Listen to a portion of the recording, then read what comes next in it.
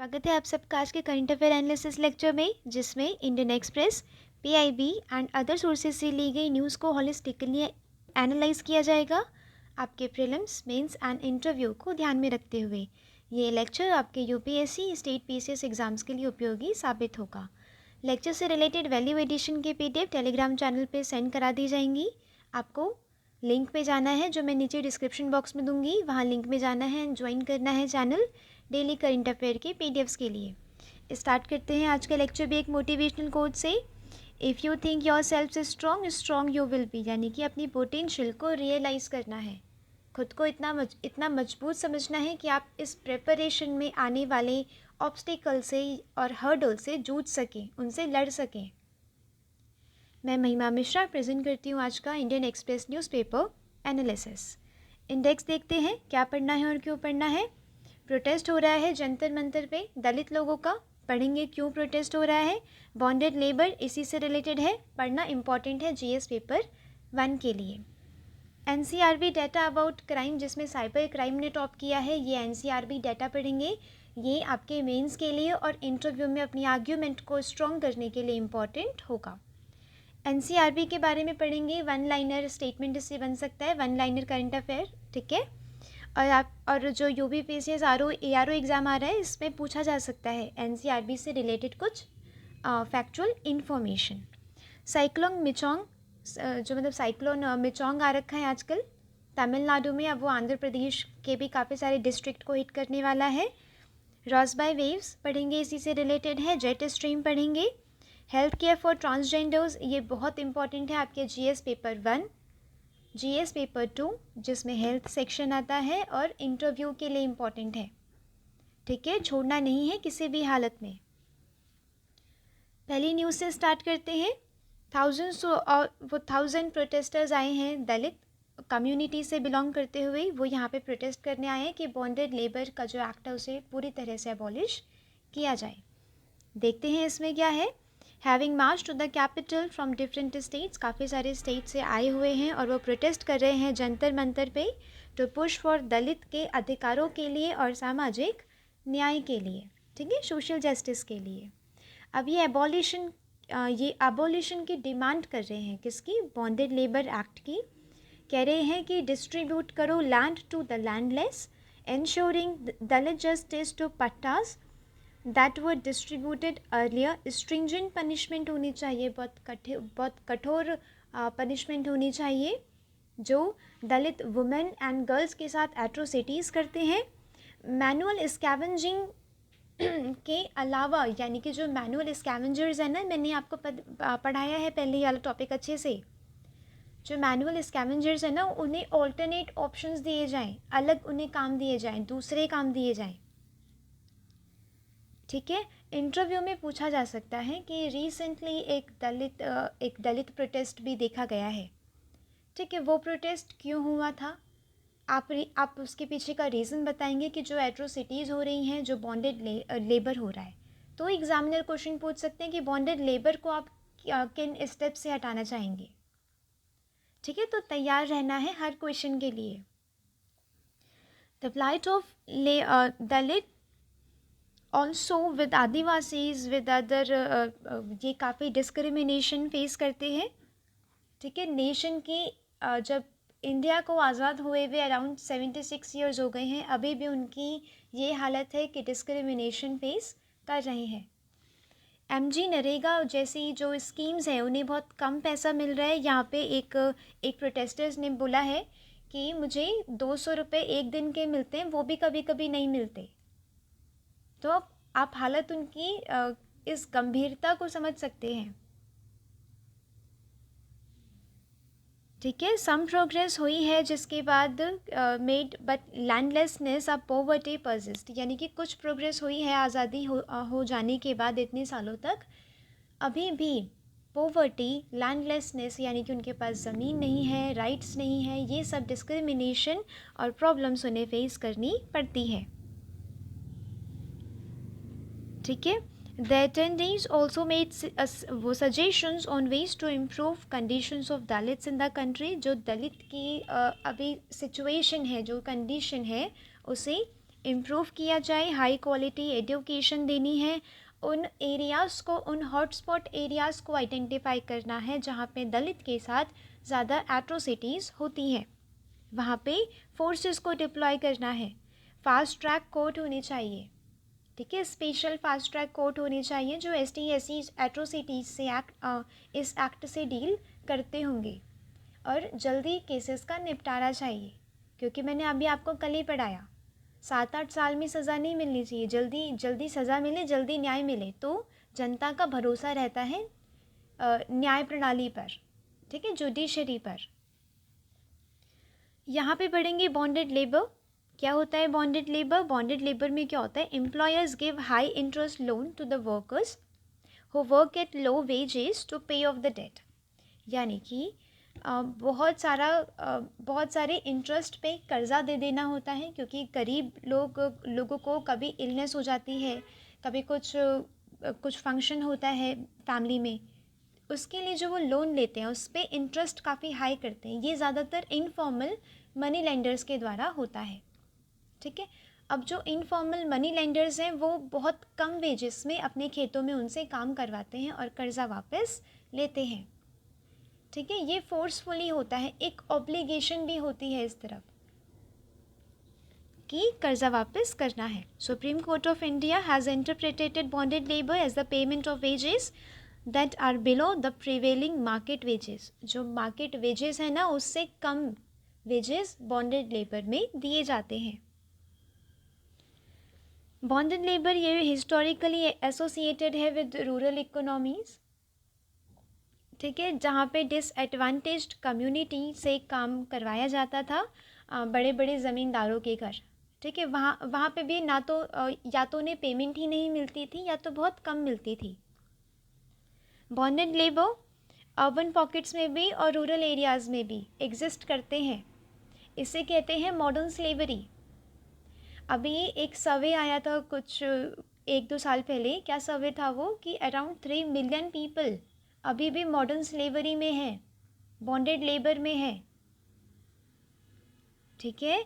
ये चीज़ें जो मैं बोलती हूँ या जो मैं पढ़ाती हूँ आपको बहुत इंपॉर्टेंट है आपके एग्ज़ाम के लिए। अनऑर्गेनाइज्ड इंडस्ट्रीज़ में ज़्यादा पाए जाते हैं, such as brick kilns, stone quarries, coal mining, agriculture labour होते हैं, सेक्सुअल स्लेवरी होती है, सर्कस में सर्विट्यूड, ये डोमेस्टिक सर्विट्यूड होते हैं, ठीक है। इंटरनेशनल ऑब्लिगेशन क्या है, याद रखना है इंटरव्यू के लिए भी एंड मेंस के लिए भी। आपको एक हॉलिस्टिक डायमेंशन से अपना आंसर प्रेजेंट करना है कि हाँ, आप सिर्फ इश्यूज ही प्रेजेंट ना करें, उससे रिलेटेड डाटा भी दें, सरकार के स्टेप्स भी बताएं एंड मीज़र्स भी बताएं कि आगे क्या किया जा सकता है, क्योंकि प्रोटेस्ट हो रहा है, इसका मतलब प्रॉब्लम अभी एग्जिस्ट करती है। India is oblige to end modern slavery by 2030 sustainable development goal. Target कौन सा है? 8.7, जिसके तहत force labour, human trafficking and child labour को एंड किया जाएगा।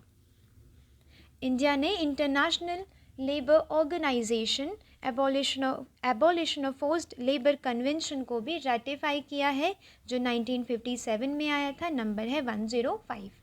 ये वाली फैक्चुअल इन्फॉर्मेशन इंपॉर्टेंट है अभी जो यूपी PCS RO ARO आ रहा है उसके लिए, ठीक है, नंबर वहाँ पे पूछ लिए जाएंगे। और एक आई थिंक 108 चाइल्ड लेबर से रिलेटेड था, वो UPSC के प्रीलिम्स में भी आया है। India also aspires to improve its rank, यानी कि 53 आउट ऑफ 167 कंट्रीज़।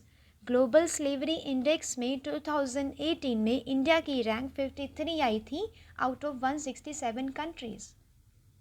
अभी इसे इम्प्रूव करना बाकी है, ठीक है।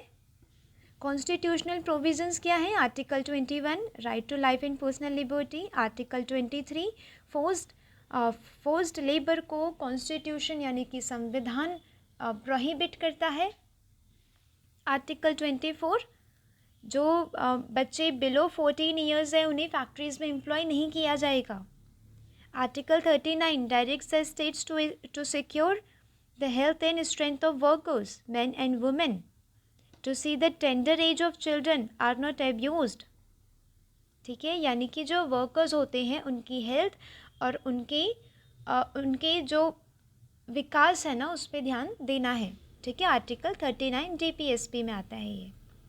गवर्नमेंट का क्या स्टेप है? गवर्नमेंट ने लिया है एक central sector scheme for rehabilitation of bonded labours. Bonded labour को एबॉलिश करने का भी एक्ट आया था, आई थिंक वो 1957 रहा होगा, चेक कर लीजिएगा। ठीक है, financial assistance to the extent of 3 lakh, यानी कि 3 लाख की फाइनेंशियल असिस्टेंस दी जाएगी उन्हें जो बॉन्डेड लेबर से जूझ चुके हैं, उन्हें बाहर निकालना है वहाँ से। जैसे मैनुअल स्कैवेंजिंग के टाइम पे मैंने आपको बताया था कि जो मैनुअल स्कैवेंजर्स हैं उन्हें ऑल्टरनेटिव जॉब्स देनी है, उन्हें निकालना है, उन्हें कॉम्पनसेशन देना है ताकि वो अपनी लाइफ को और बेहतर बना सकें। Reasons for persistence, lack of awareness among workers and employers, जहाँ भी काम मिलता है थोड़े बहुत वेजेस में करने लग जाते हैं। लो कन्विक्शन रेट्स, लो कन्विक्शन रेट मतलब वो एम्प्लॉयर जो प्रिवेलिंग मार्केट रेट से कम रेट दे रहा है या वेजेस नहीं दे रहा है, उसके खिलाफ कार्यवाही नहीं होती। और कुछ पॉलिटिकल कनेक्शंस भी होते हैं जिस वजह से वो बच जाते हैं। सोशल बायस होता है towards bonded labour, migratory nature of bonded labour. ठीक है, बॉन्डेड लेबर यहाँ से वहाँ उनकी माइग्रेशन होती रहती है, इस स्टेट से उस स्टेट, तो ट्रैकिंग की प्रॉब्लम यहाँ पे देखी जा रही है। वीक इम्प्लीमेंटेशन, वो बॉन्डेड लेबर एक्ट वो 1976 था, 56 नहीं। ठीक है, 1976 याद रखना है। Punishment for forced labour section 374 of IPC। ठीक है, unlawful compulsory labour is not appropriate. Forced labour के जो फोर्स लेबर करवाएगा उसे पनिशमेंट मिलेगी IPC के तहत। Lack of proper coordination, national regional and जो लोकल सरकारें होती हैं, जो नेशनल एंड स्टेट गवर्नमेंट होती है, उनके बीच में प्रॉपर कोऑर्डिनेशन नहीं है। इस मुद्दे पे ध्यान नहीं दिया जा रहा है। क्या मीजर्स चाहिए होंगे? Organised national campaigns to provide information to the public on how to report and identify victims of bonded labour.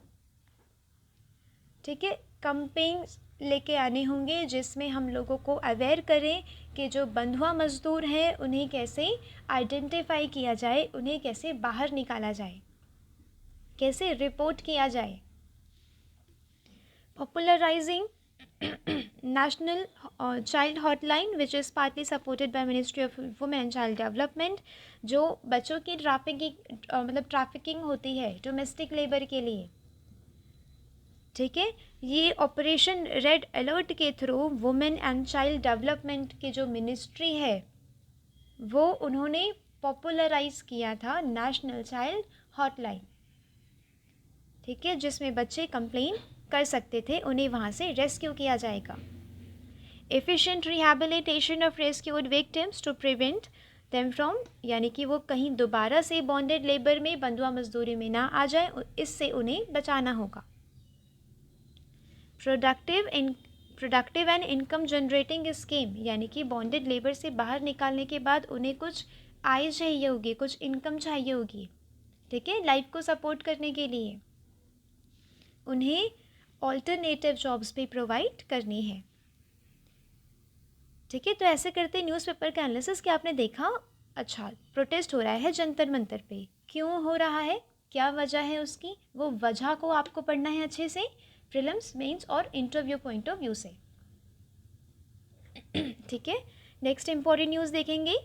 GS paper 1 के लिए इंपॉर्टेंट है। Cyber crime cases up by 25%, fraud most common motive.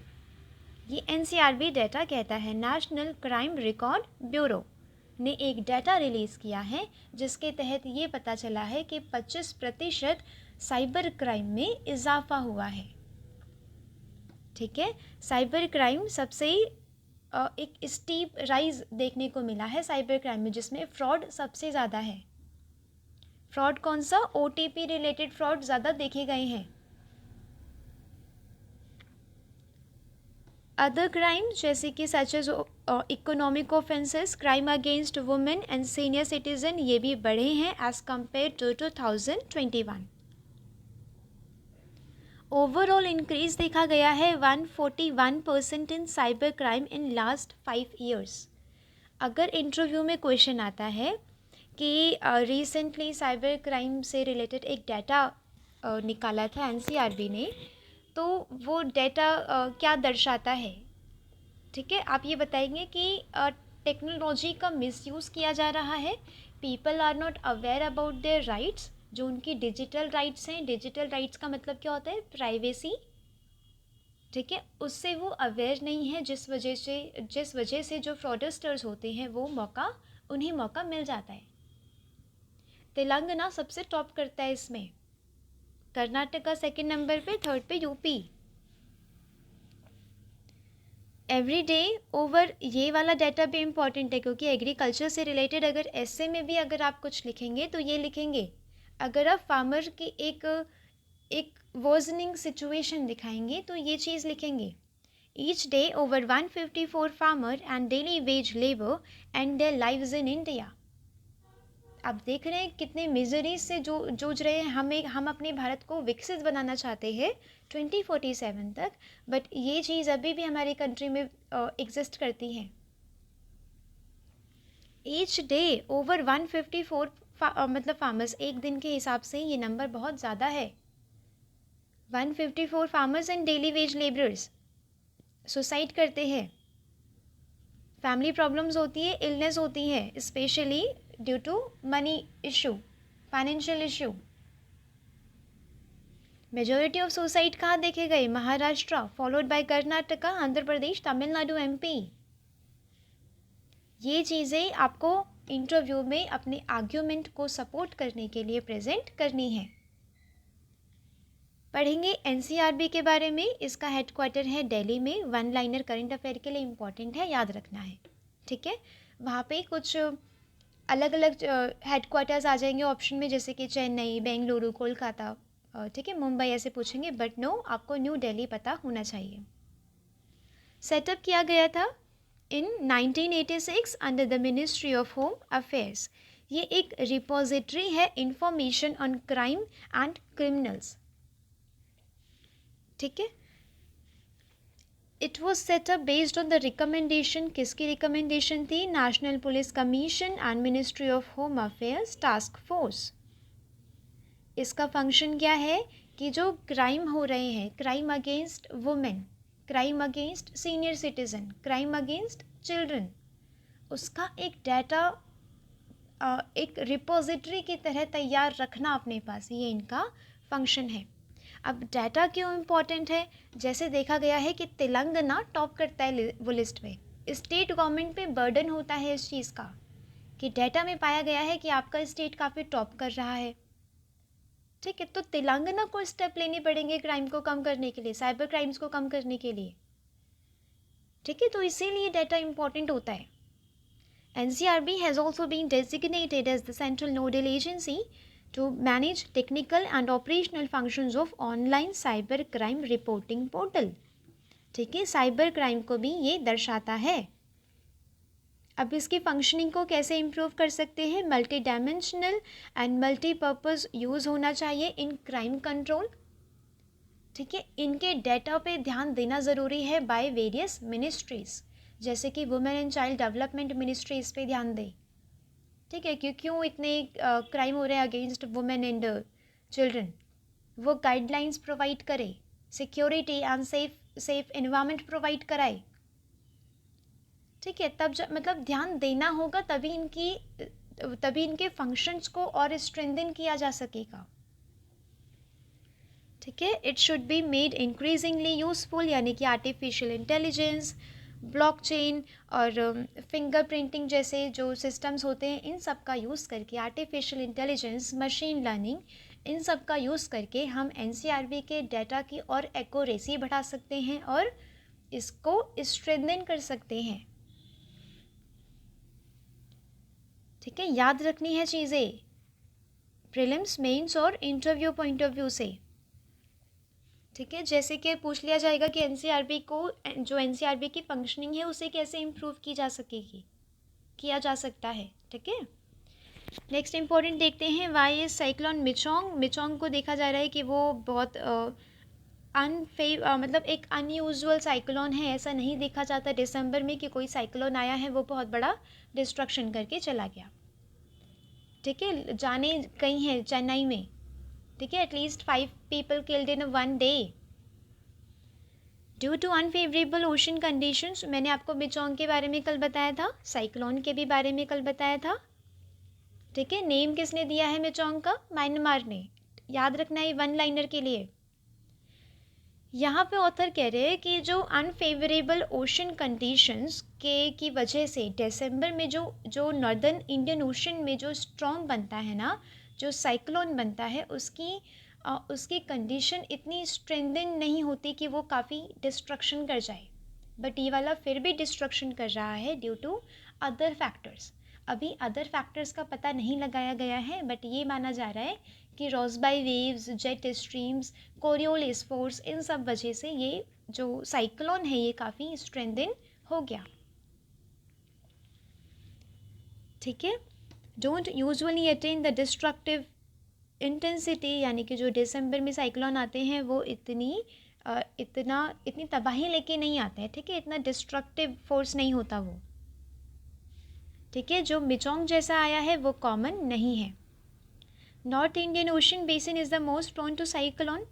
पता है आपको, जैसे कि pre monsoon मैंने आपको सी सरफेस बताया था कल। ठीक है, सी सरफेस कितना होना चाहिए टेम्परेचर? 26 to 27। ऐसा कब रहता है? गर्मियों के टाइम पे ज़्यादातर।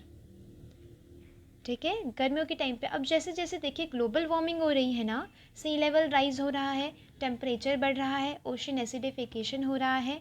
ठीक है, जिस वजह से क्या होगा, वो और गर्म होगा, सी सरफेस टेम्परेचर और गर्म होगा और साइक्लोन आने के चांसेस ज़्यादा बढ़ेंगे। प्री मानसून साइक्लोन होता है अप्रैल टू जून में एंड पोस्ट मानसून होता है अक्टूबर टू दिसंबर में, बट ये वाला उतना डिस्ट्रक्टिव नहीं होता। मानसून वाला जो प्री मानसून वाला होता है ना, वो डिस्ट्रक्टिव होता है, इसीलिए रेड अलर्ट जारी कर दिया जाता है ओडिशा वगैरह के कोस्ट पे। Storm intensification tropical cyclone fuelled by ocean heat temperature. मैंने कल आपको बताया था कि ओशन का टेम्परेचर कितना होना चाहिए, अराउंड 26 डिग्री सेल्सियस होना चाहिए। कितनी डेप्थ में? Between 50 metres to 100 metres. ये कंड्यूसिव होते हैं चक्रवात जैसी सिचुएशन इस्टेब्लिश करने में,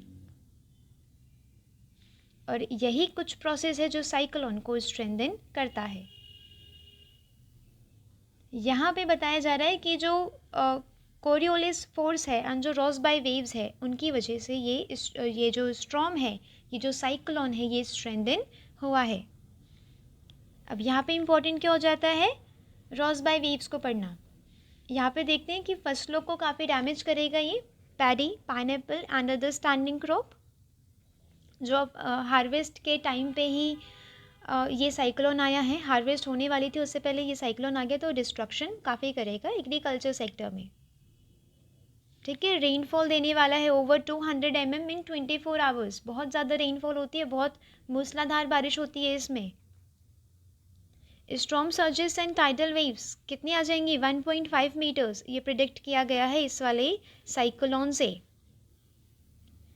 देखेंगे रोज़बाई वेव्स क्या होता है, जैसे कि जो जेट स्ट्रीम, पहले पढ़ते हैं जेट स्ट्रीम क्या होती है। जेट स्ट्रीम ना अर्थ के सरफेस के ऊपर, ये अर्थ है, अर्थ के सरफेस के ऊपर ट्रोपोस्फेयर में ये हवा कह सकते हैं, जेट स्ट्रीम कहते हैं। ठीक है, हवा की एक स्ट्रीम उठती है हॉरिजॉन्टली। ठीक है, ये वर्टिकल प्रोसेस नहीं हो रहा है, ये हॉरिजॉन्टली हो रहा है, ऐसे ऐसे हो रहा है, इसे जेट स्ट्रीम कहते हैं। अब जेट स्ट्रीम पूरे प्लानिट पे इधर से उधर इनका जाने का काम रहता है। ठीक है, जेट स्ट्रीम अगर इक्वेटोरियल एरिया से पोलार एरिया में जा रही है, पोलार एरिया से इक्वेटोरियल में आ रही है, तो वो एक कोरियोलिस फोर्स के थ्रू ये मिएंडरिंग हो जाती है। ठीक है, कोरियोलिस फोर्स भी होता है, टेम्परेचर हाई टू लो रहता ही है काफ़ी सारे एरियाज़ में, तो इसकी मिएंडरिंग हो जाती है ऐसे करके, इसी को कहते हैं रोज़बाई वेव्स। ध्यान देना है ज्योग्राफी के लिए, जीएस पेपर 1 के लिए भी इम्पॉर्टेंट है एंड प्रीलिम्स के लिए भी। क्वेश्चन आ सकता है जीएस पेपर 1 में कि साइक्लोन में देखा जा रहा है उसकी इंटेंसिफिकेशन ज़्यादा हो रही है। ठीक है, इसके पीछे रोसबाई वेव्स को माना जा रहा है फैक्टर। तो आप उसमें एक्सप्लेन करेंगे रोसबाई वेव्स होती क्या है, उसके लिए ये चीज़ समझनी ज़रूरी है। जेट स्ट्रीम का मिएंडर कर जाना ही due to Coriolis force, due to थोड़ा इम्बैलेंस इन टेम्परेचर, ठीक है, जैसे कि low to high and high to low temperature हो रहा है, जिस वजह से ये मिएंडर कर जाता है। मिएंडर मतलब ये मुड़ जाती है, जैसे नदी मिएंडर करती है। ठीक है, this is because of the differences in solar radiation received. ये मैंने बताया कि इक्वेटर से पोलार एरियाज़ की तरफ जाएगा, और पोलार एरियाज़ के जो होमोजेनियस एयर है, ठंडी वाली कोल्ड वाली, वो इक्वेटोरियल एयर की तरफ आएंगी, मतलब इक्वेटोरियल रीजन की तरफ आएंगी। ठीक है, ये हवा वहाँ जा रही है, वाली हवा यहाँ आ रही है, तो ऐसे करके ये मिएंडरिंग हो जाती है यहाँ पे। इसी को रोसबाई वेव्स कहते हैं। ये दिख रहा होगा यहाँ पे, ये इक्वेटोर मतलब इक्वेटोरियल एरिया की गर्म एयर ऊपर जा रही है, ऊपर की ठंडी एयर नीचे आ रही है, तो ये काफ़ी घुमावदार यहाँ पे एयर हो जा रही है। इसी को रोसबाई वेव्स कहते हैं। उसी का इफेक्ट यहाँ पे सोचा जा रहा है कि ये हो सकता है, बट न्यूज़ में मेंशन है, तो इसे अच्छे से पढ़ना आप लोगों का काम है। ठीक है, in planetary atmosphere they are due to the variation in Coriolis effect. ये मैंने आपको बताया, contrast is low, speed of jet stream is low, Coriolis force is weak. तो मिएंडरिंग यानी कि जब कोरियोलिस फोर्स वीक होता है तो मिएंडरिंग होती है विद लैटिट्यूड। जेट स्ट्रीम मैंने आपको बताया हॉरिजॉन्टली एक अपर एयर सर्कुलेशन है जो वेस्ट टू ईस्ट जाता है। ये चीज़ याद रखनी है वन लाइनर करंट अफेयर के लिए, वन लाइनर फैक्ट के लिए। 2000 से 50,000 फीट तक की ऊंचाई पे ये पाई जाती है। Greater the difference in the temperature, faster the wind velocity inside the jet stream. ये पता चल रहा है, high to low pressure air जाती है, ये बात पता है। अब प्रेशर ग्रेडियंट ज़्यादा मिलेगा जब प्रेशर में एंड टेम्परेचर में वेरिएशंस मिलेंगी। ठीक है, ये वेलोसिटी को इंक्रीज करता है विंड की।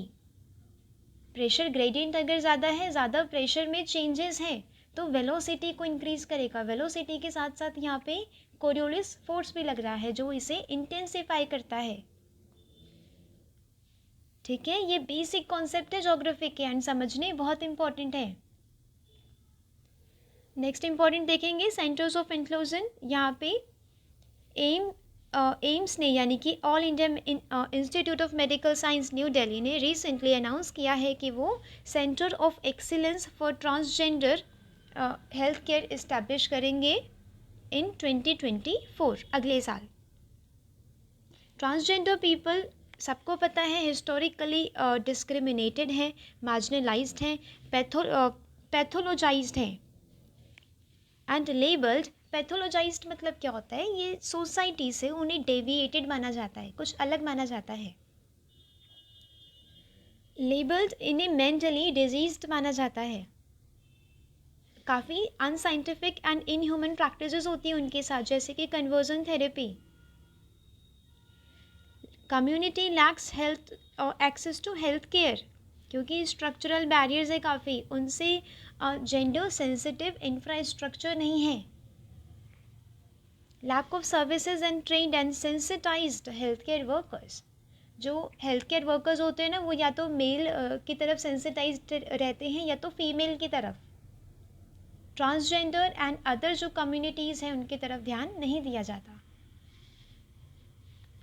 ट्रांसजेंडर्स को सबसे पहले रिकॉग्नाइज किया गया था NALSA versus union of India 2014, जिसमें लीगल सर्विसेज अथॉरिटी का एक एक्ट है।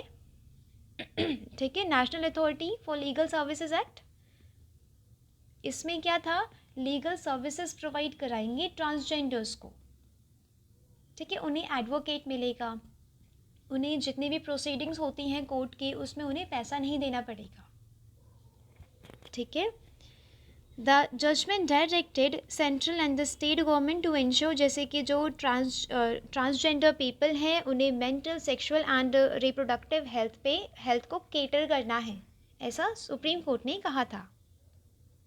2019 में पार्लियामेंट ने इनेक्ट किया है transgenders protection of rights act.